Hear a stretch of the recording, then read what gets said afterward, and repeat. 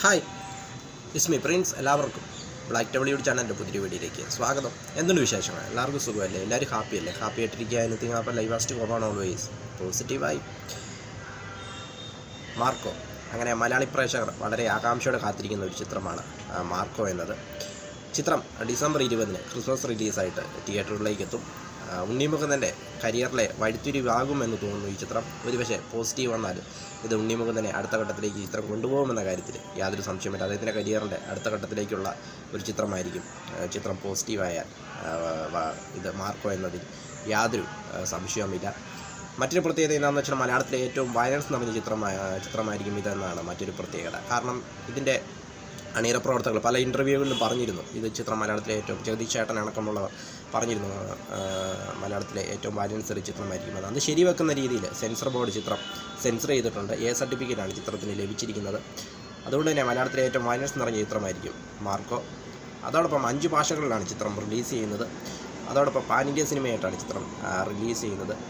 ചിത്രത്തിലെ ടീസറും കാര്യങ്ങളുമൊക്കെ വളരെ ഹിറ്റായിരുന്നു. കാരണം ഇപ്പോൾ ടീസർ 5.6 മില്യൺ വ്യൂസാണ് യൂട്യൂബിൽ ഇതുവരെ നേടിയിരിക്കുന്നത്. 2 മാസം മുമ്പ് പുറത്തിറങ്ങിയ ടീസർ 5.6 മില്യൺ വ്യൂസ്. അതോടൊപ്പം ഇതിലെ പാട്ടുകളും എല്ലാം സോഷ്യൽ മീഡിയ ഏറ്റെടുത്ത് കഴിഞ്ഞിരുന്നു. അതോടൊപ്പം ഇതിൻ്റെ BGM ഒക്കെയാണ് ഏറ്റവും എനിക്ക് വളരെയധികം ആകർഷണമായത് ഇതിൻ്റെ BGM ആണ്. ഇതിൻ്റെ മ്യൂസിക് ഡയറക്ടർ എന്ന് പറയുന്നത് രവി ബാസൂർ, അതായത് KGF 2 ഭാഗങ്ങൾ, അതോടൊപ്പം സലാറൊക്കെ ചെയ്ത രവി ബാസൂറാണ് ഇതിന് മ്യൂസിക് ചെയ്തിരിക്കുന്നത്. അതുകൊണ്ട് തന്നെ മറ്റ് സംസ്ഥാനങ്ങളിലും ഈ ചിത്രത്തിനൊരു വരവേൽപ്പ് കിട്ടാനായിട്ടുള്ള എല്ലാ സാധ്യതകളും കാണുന്നുണ്ട്. കറണ്ട് സ്റ്റാറ്റസ് നോക്കുമ്പോൾ ബുക്ക് മൈ ഷോയിൽ മണിക്കൂറുകളിൽ 1000-ലേറെ ടിക്കറ്റുകളാണ്, 1 മണിക്കൂറിൽ 1000-ലേറെ ടിക്കറ്റുകളാണ് ചിത്രത്തിന് വിറ്റഴിഞ്ഞുകൊണ്ടിരിക്കുന്നത്. അതും വളരെ പോസിറ്റീവായിട്ടൊരു വാർത്തയാണെന്ന് പറയാം. അതോടൊപ്പം ബുക്ക് മൈ ഷോയിൽ ഈ മാസം ഏറ്റവും കൂടുതൽ ആളുകൾ കാത്തിരിക്കുന്ന ചിത്രത്തിൽ നമ്പർ 1 ആയിട്ട് നിൽക്കുന്നത് നമ്മുടെ മാർക്കോയാണ് എന്നതും മറ്റൊരു പ്രത്യേകതയാണെന്ന് പറയാം. കാരണം ഇത്രയേറെ ഭാഷകൾ അല്ലെങ്കിൽ നമ്മളെക്കാളും വലിയ വലിയ ഇൻഡസ്ട്രികളുള്ള ഇന്ത്യൻ സിനിമാ ലോകത്ത് നമ്മുടെ ഒരു ചിത്രം 1ാം സ്ഥാനത്ത് എത്തുക എന്ന് പറയുന്നത് നിസ്സാര കാര്യമല്ല. അതോടൊപ്പം ടോപ്പ് 5 ഉള്ള ആകെ ഒരു മലയാള സിനിമയുള്ളൂ, അത് മാർക്കോയാണ്. ഏറ്റവും കൂടുതൽ പ്രേക്ഷകർ കാത്തിരിക്കുന്നത്. അങ്ങനെ മലയാളികൾ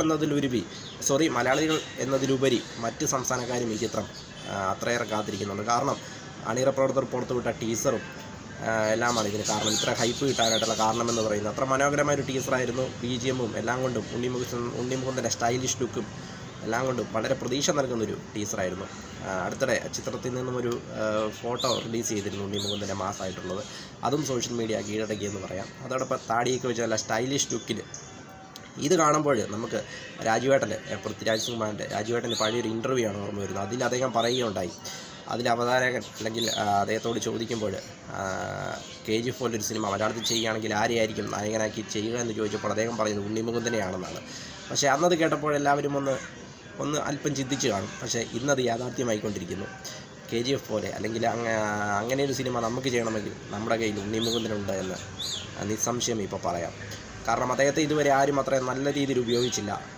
ഈ ചിത്രം വലിയ ഹിറ്റടിക്കുകയാണെങ്കിൽ അദ്ദേഹത്തിൻ്റെ കരിയറിൽ അത് വേറൊരു ലെവലിലേക്കുള്ള ഗ്രോത്ത് ആയിരിക്കുമെന്ന കാര്യത്തിൽ യാതൊരു സംശയമില്ല. ഇതിൻ്റെ സംവിധായകൻ ഹനീഫ് അദേനിയെക്കുറിച്ച് നോക്കുമ്പോൾ അദ്ദേഹത്തിൻ്റെ 3ാമത്തെ ചിത്രം ആണിത്. ആദ്യത്തെ ചിത്രം ഗ്രേറ്റ് ഫാദർ വലിയ വിജയമായിരുന്നു. 2ാമത്തെ ചിത്രം മിഖായേൽ. ചിത്രം ബോക്സ് ഓഫീസിൽ അത്ര മികച്ച പ്രകടനം നേടിയില്ലെങ്കിലും മൈ ഫേവറേറ്റ് മൂവി എന്ന് പറയുന്ന മിഖായേലാണ്. കാരണം അതിലെ ഡയലോഗുകളും കാര്യങ്ങളൊക്കെ വളരെയധികം ഇൻട്രസ്റ്റ് ആയിരുന്നു. വളരെ ബോറടിപ്പിക്കാത്ത രീതിയിൽ കൊണ്ടുപോയ ഒരു സ്ക്രീൻ പ്ലേ ആയിരുന്നു മിഖായിലിൻ്റേത്. മൈ ഫേവറേറ്റ് മൂവി എന്ന് പറയുന്നത് മിഖായിലാണ്. മിഖായിലിൻ്റെ ഒരു പ്രീക്വലാണ് ഈ മാർക്കോ എന്നത്. അതുകൊണ്ട് തന്നെ ചിത്രത്തിൽ നിവിൻ പോളി ഉണ്ടോ ഇല്ലയോ എന്നുള്ള ഇതൊക്കെ ഇങ്ങനെ സോഷ്യൽ മീഡിയയിൽ ഇങ്ങനെ ടോക്കുകളൊക്കെ കാണുന്നുണ്ട്. ഒരുപക്ഷെ വർഷങ്ങൾക്ക് ശേഷത്തിൽ എത്തിയ നിവിൻ പോളി ഇതിലും എത്തുമോ? വർഷങ്ങൾക്ക് ശേഷം ക്യാമിയോ റോളിലെത്തിയ നിവിൻ പോളി ഇതിലും എത്തുമോ എന്ന് നമുക്ക് ഡിസംബർ 20 അറിയുവാനായിട്ട് സാധിക്കുള്ളൂ. സസ്പെൻസ് ആക്കി വെച്ചിരിക്കുകയാണെന്ന് തോന്നുന്നു. ഉണ്ടെങ്കിൽ അത് ഒന്നൊന്നര ഇതായിരിക്കും. കാരണം വർഷങ്ങൾക്ക് ശേഷത്തിൽ നമ്മൾ കണ്ടതാണ് അദ്ദേഹം ഒറ്റ പടവും അദ്ദേഹത്തിന് ക്രെഡിറ്റ് എടുത്തുകൊണ്ട് പോയി എന്ന് പറയാം. സ്റ്റീൽ ദ ഷോ എന്ന് പറയുന്ന പോലെ ഈ ചിത്രത്തിൽ അദ്ദേഹം ഉണ്ടോ ഇല്ലയോ എന്നറിയില്ല. ഡിസംബർ 20 നമുക്കത് അറിയുവാനായിട്ട് സാധിക്കുക. ഏതായാലും നല്ലൊരു ഓപ്പണിംഗ് ആയിരിക്കും ചിത്രത്തിന് എന്ന കാര്യത്തിൽ യാതൊരു സംശയമില്ല. കേരളത്തിൽ ഉറപ്പാണ് നല്ലൊരു ഓപ്പണിംഗ് ആയിരിക്കും. മറ്റ് സംസ്ഥാനങ്ങളിലും ചിത്രത്തിന് നല്ലൊരു ഓപ്പണിംഗ് കിട്ടാനുള്ള ചാൻസ് ഉണ്ട്. കാരണം അത്രയേറെ പ്രതീക്ഷയാണ് എല്ലാവർക്കും ഈ ചിത്രത്തിന് മേലുള്ളത്. ഏതായാലും എത്ര നാളാണ് നമ്മൾ ഈ റിയലിസ്റ്റിക് സിനിമകളും പ്രകൃതി സിനിമകളൊക്കെ എടുത്തുകൊണ്ടിരിക്കുന്നത്? നമുക്കും വേണ്ട ഒരു KGF ഒക്കെ. അപ്പോൾ ആ രീതിയിലേക്കുള്ളൊരു വളർച്ചയായിരിക്കും ഈ ഒരു സിനിമ നമുക്ക് മലയാള ഇൻഡസ്ട്രിക്ക് നൽകുക എന്ന കാര്യത്തിൽ യാതൊരു സംശയമില്ല. അതോടൊപ്പം ജഗദീഷ് ചേട്ടൻ്റെയൊക്കെ അടിപൊളി പെർഫോമൻസ് ആണെന്നാണ് അദ്ദേഹം ഇൻ്റർവ്യൂകളിലൊക്കെ അദ്ദേഹം പറഞ്ഞത്. അദ്ദേഹം ക്രൂരനായി വില്ലൻ ആ ഒരു ക്യാരക്ടറൈസേഷനാണെന്ന് തോന്നുന്നു. ഏതായാലും ജഗദീഷ് ചേട്ടൻ ഇപ്പോൾ സമീപകാലമായി നല്ല നല്ല കഥാപാത്രങ്ങളാണ് അദ്ദേഹത്തിന് കിട്ടുന്നത്. എന്തുകൊണ്ടും ഡിസംബർ 20 കട്ട വെയിറ്റിംഗ് ആണ്. വീഡിയോ ഇഷ്ടപ്പെട്ടാൽ ലൈക്ക് ചെയ്യുക, ഷെയർ ചെയ്യുക, കമൻറ്റ് ചെയ്യുക, സബ്സ്ക്രൈബ് ചെയ്യുക. വീണ്ടും പുതിയൊരു വീഡിയോയിൽ കാണാം. അതുവരെയ്ക്കും ടേക്ക് കെയർ, ബൈ.